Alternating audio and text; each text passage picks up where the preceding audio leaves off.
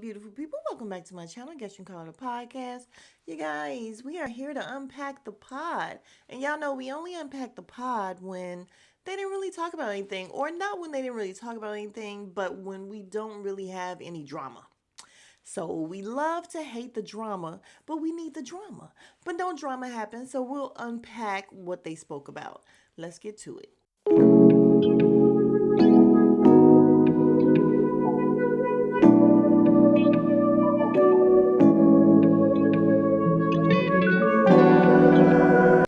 All right, you guys. So first we start with episode 874 of Miley and Molly. This is their uh I was about to say Thanksgiving, Lord. This was their Halloween episode. So y'all know Ice is gonna come dressed up. And y'all know Ice be making people crazy. A lot of people think he can't pot or whatever. I don't know where I'm at with Ice. I just think I don't know where I'm at with half of them. Like I'm always back and forth with a lot of them, but if one thing Ice is gonna do is participate and dress up, and I'm not mad at him. I am not mad at him. I will say though, when they was clowning him for what he wore on that 100th pod or whatever it was, the anniversary, I died when he went in the bathroom to change. That shit was hilarious. But he's a whole ninja. Got the whole entire thing. Not mad at it. Joe apparently went and bought some masks and everything, and it was perfect. The stuff that he got, the mask he got for Mona was perfect. The mask he got for himself. Ish the mean Stay Puff guy or something like that. I don't know. Either way, it's perfect. And then what was Parks? Parks was a gay uh devil. What did he call him? A gay something devil. But it was funny. You guys, Mark is Michael Myers. Hilarious. When Joe started playing the music and Mark did not move, like he did not budge. We could take it either one of two ways. Either Mark was fully in character, and I think he was. Y'all know he's like a method actor. So I think he was doing it on purpose. Or either he was fast a fucking sleep up under that mask. Cause y'all also know that Mark don't get no sleep. So I don't know. But we had Joe playing some great music. Y'all love when he get into the R&B, the old school R&B. Y'all know already that I love when he is really rocking out. Like when he is really feeling his music. I love that shit. And then him and Mona dancing. Love it, love it. I hate when Parks is talking or not talking but singing. Well, talking too. I hate when Parks talk, period, hard stop. But when he is singing in the mic and all that, he didn't do that this time. But just as I'm mentioning, Ice was trying to dance. He was feeling it. He looks really funny trying to dance. I don't know. But what we do see is that Ish is late. Ish is not there. And you know, they are always late. It's okay. And then Joe says something about Mona racking back those tardies, so I guess she was late too. Here's what I am going to say they need to do. Because they seem to fall off during the Patreons, which is the shit that we're paying for. Maybe they need to do more days and just don't make them 12-hour days. How about y'all work more days, since y'all want to complain about how long you guys are here and you get tired and you're hungry and all that? Work some half days or some 8-hour days or whatever it is, and then just come back more often. We need some fresher takes. I will say, nope, I'm gonna go in order just a little bit because I don't want this video to be too long, but we're going to talk about it because we have two, like I said, two episodes to talk about. So in this episode, nothing really happened. Ish is late. Not a big deal. He comes in. Everything is flawless. Let me also just say, before I get into the actual episodes, it flowed better. It really does flow better. Flip isn't here either. So I don't know why I didn't mention that, but Flip isn't here. And I actually did not miss him, you guys. I have been dead on the whole thing of if Flip goes, it's going to be too boring. There's no energy. We need his energy. But no, I didn't miss him and his outbursts and trying to figure out what the hell he's saying. Is it just me, or sometimes when Flip really get into it and he's like, I can't understand what he's saying. I can't understand what the hell is coming out of his mouth because he's either laughing too loud or singing too. It's something. I don't know. But yeah, he was not missed. I don't know. But yeah, when Ish finally came, even before Ish got there, everything just flowed better with both of these episodes. I found out. I think they're starting to find their groove in letting Mona speak, and Joe even told her at one point, we know we got to give you a whole lot of leeway. Like, you don't like to share the ball, you don't like to let other people, he didn't say all that, but basically that's what he was saying. And he was like, we gonna let you just go. And they kind of did. They did. They let her go without really cutting her off, and go she did. That's my girl. I actually love the pot with her on it, but Mona gotta share the ball, sis. Sometimes you just gotta pass the ball. But it flowed so much better without. So Imani comes in later on, and he's dressed as Michael Jackson, and I thought it was so funny when he walked in, and he really did sound a lot like him. He kisses Mona, and he's like, "I love you." It sounded like Mike, and I think he either tried to dap Mark or kiss Mark or something, and Mark was like, "I'm too old for you, I'm over 16." But we do find out later on in the next Patreon that Imani's not there, and apparently something happened to where Mark let us know that they had to cut out like 35-40 minutes or whatever of some stuff that happened, and there's constant blow ups. Are we gonna see it behind the scenes? Like, I'm trying to see the good stuff. Y'all constantly having blow ups up there, or stuff happening behind the scenes is where it's at. And I don't mean the Ian and Mark show. It came back out. It was funny. I think I need to watch it again. I only watched it once. And I chuckled a little bit. I think, no, let me just shut up. I enjoy it still. But and I think that was the finale. I'm waiting on Pod Wives to come back, you guys. I want to get all up in their business again. Only people that I don't want to see is Kino and the girl that he was with, or I don't know. Y'all think they still together? Cause I don't know.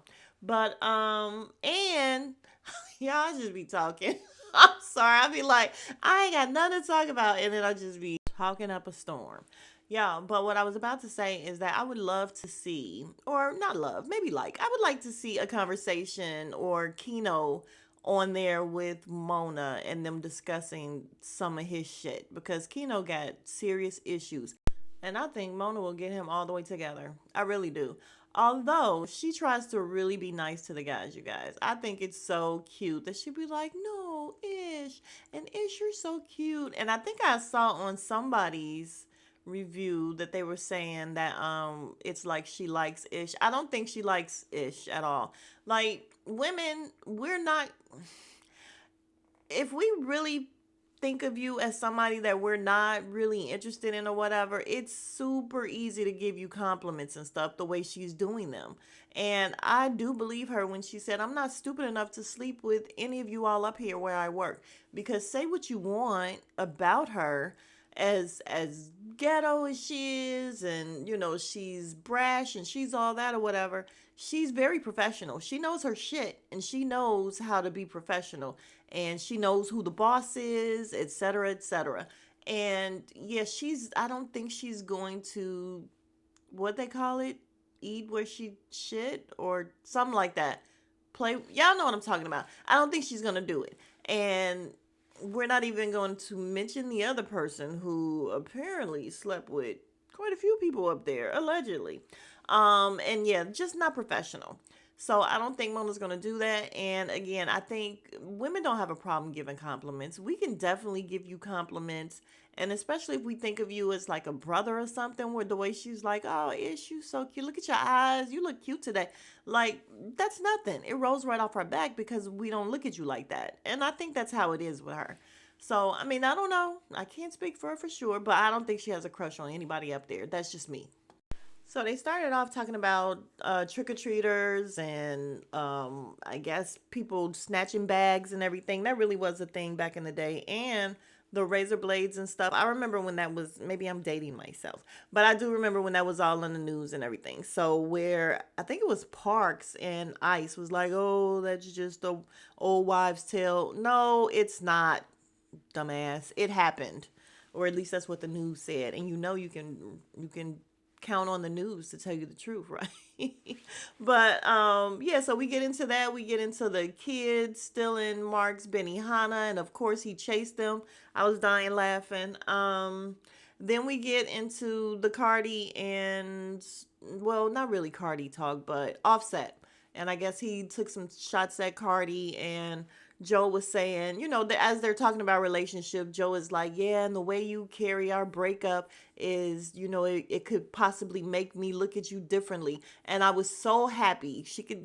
Well, I can't say she could speak for women all the time, but she's speaking for women way better than the other one was, where she chimed in and said, hold on, let me tell you something. If we broke up because you were out there being a fuck nigga basically, then I don't give a shit how you look at me after the breakup. Like, I don't care. And he's like, yeah, I get that. And I'm like, you better tell him that's how we feel. Yes, that's how we feel. We don't give a shit. Once we don't give a shit, we don't give a shit. So catch us while we care. All right, so then they get to talking about AI and Chat GPT and everything, and I'm just gonna bypass that because I think we talked about it already at some point. And yeah, I do think AI is really scary. It is really messing up the whole social media experience where I don't know what's real or not or whatever, and I just kind of want to take a break because I don't know if the video I'm watching is real or not. However, ChatGPT, although I was like, I'm just not gonna use it, I'm not gonna use it, it has helped me definitely, reword some memos to people that sounds way better. So I'm not mad at ChatGPT. I guess it's good and it's bad. But we then move on to Mark wanting to out somebody. Did you guys figure out who he was talking about? Who is he talking about that is actually gay but hates on gay people? I mean, we know that that's a lot of men who, well, I won't say a lot of men, but it's kind of a tell when they really really hate gay men. It's like something's going on with you that you have this huge issue with gay men. Other than that, you would just be like, I don't care, love who you want to love. If you don't like it, just be like, I ain't gotta see it, it's not a big deal. But if you are someone that has a huge hate for the gays or the lesbians and all that, I do feel like you got to kind of check yourself maybe. I could be wrong on that too. You guys, these are just all my opinions. And of course, I could be wrong. But yeah, Mark wants to out someone, and then Joe says he's not with the whole outing thing. And I just wish Joe would pick a side and stay on it. Just pick a lane, stay in the lane, pick a side and stay on it. But him going back and forth, because I'm not sure if it was this episode or the next episode where he's going to bring up Amanda Seals, and he's walking back everything he said about her. Like, he really did kind of lay into her, and rightfully so, especially after that Shannon Sharp interview where she was pulling shit out of her ass, talking about y'all know the whole thing that she did. And now all of a sudden, I think she probably talked to him. He's like, oh, I love her, she's a good person, this and that. Like, I hate when he walks shit back all the time. At some point, you have to stand on your shit. You be up there talking a lot of shit.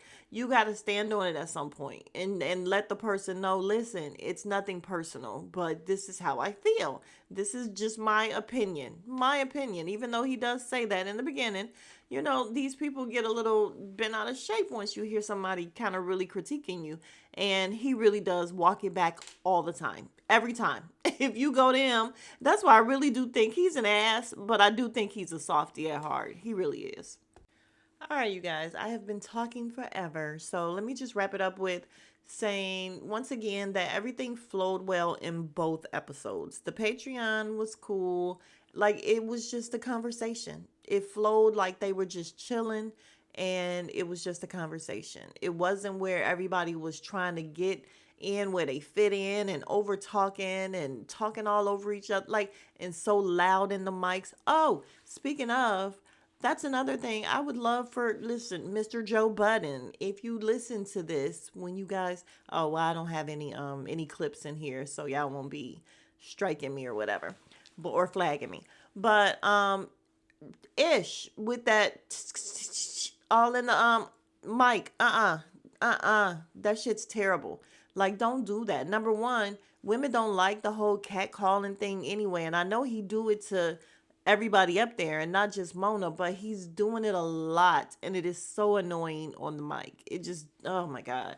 But anyway, other than that, it was great. It was really good. The last two pods were good. No complaint here.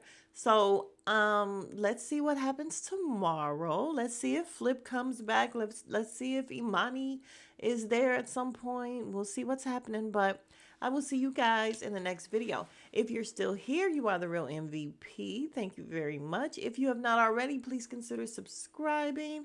We would love to have you be part of the Beautiful People family. And I will see you guys in the next video. Smooches.